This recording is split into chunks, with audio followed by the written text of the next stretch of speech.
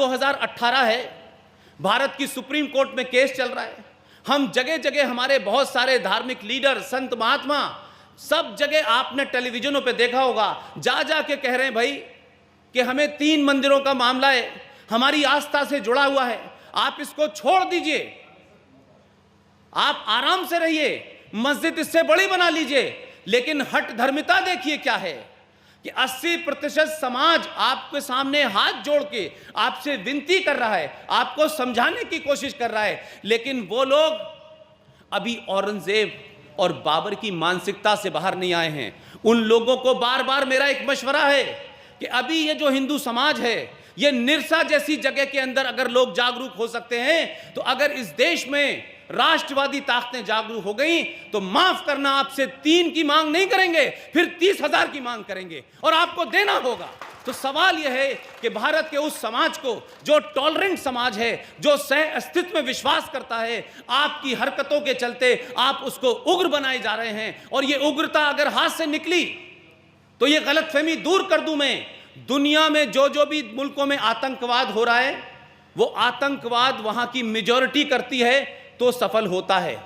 कश्मीर में आतंकवाद है, कश्मीर में आतंकवादी क्यों सफल हो रहे हैं? कश्मीर की सत्ता व्यवस्था में तमाम लोग जो हैं, वो एकमात्र राज्य है भारत का जिसे मुस्लिम बहुल राज्य कहते हैं।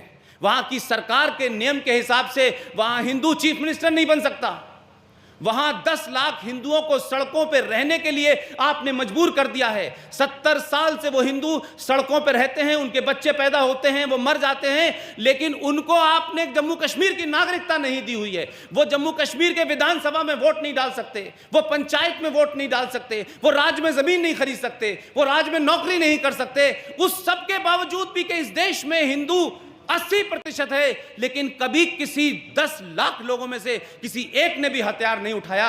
ये इस वजह से नहीं उठाया कि हमारे संस्कारों में ये है। लेकिन अगर संस्कार से हम बाहर निकले तो ये ध्यान रखिएगा कि जम्मू कश्मीर में कुछ मुसलमानों को निज़ाम मुस्तफ़ा लाना है, वहां के मंत्रियों को निज़ाम मुस्तफ़ा लाना है। महबूबा मुफ्ती कहती हैं कि यहां निज़ाम मुस्तफ़ा आएगा, अब्दुल्ला साहब कहते हैं यहां निज़ाम मुस्तफ़ा आएगा। और आपको याद होगा कि कुछ साल पहले पंजाब में भी कुछ लोगों ने हथियार उठाए थे, वहां भी एक आतंकवाद हुआ था। तो मैं बार बार यह कहता हूं कि पंजाब में आतंकवाद हुआ, हमने बुरा नहीं माना। तमाम बातें होती हैं कि पंजाब में आतंकवाद हुआ और उसके परिणाम में 3,500 सिखों का कत्ल हुआ, लेकिन लोग ये नहीं बताते हैं आपको, नेता इसलिए नहीं बताते हैं, उनके वोट बैंक का मामला है।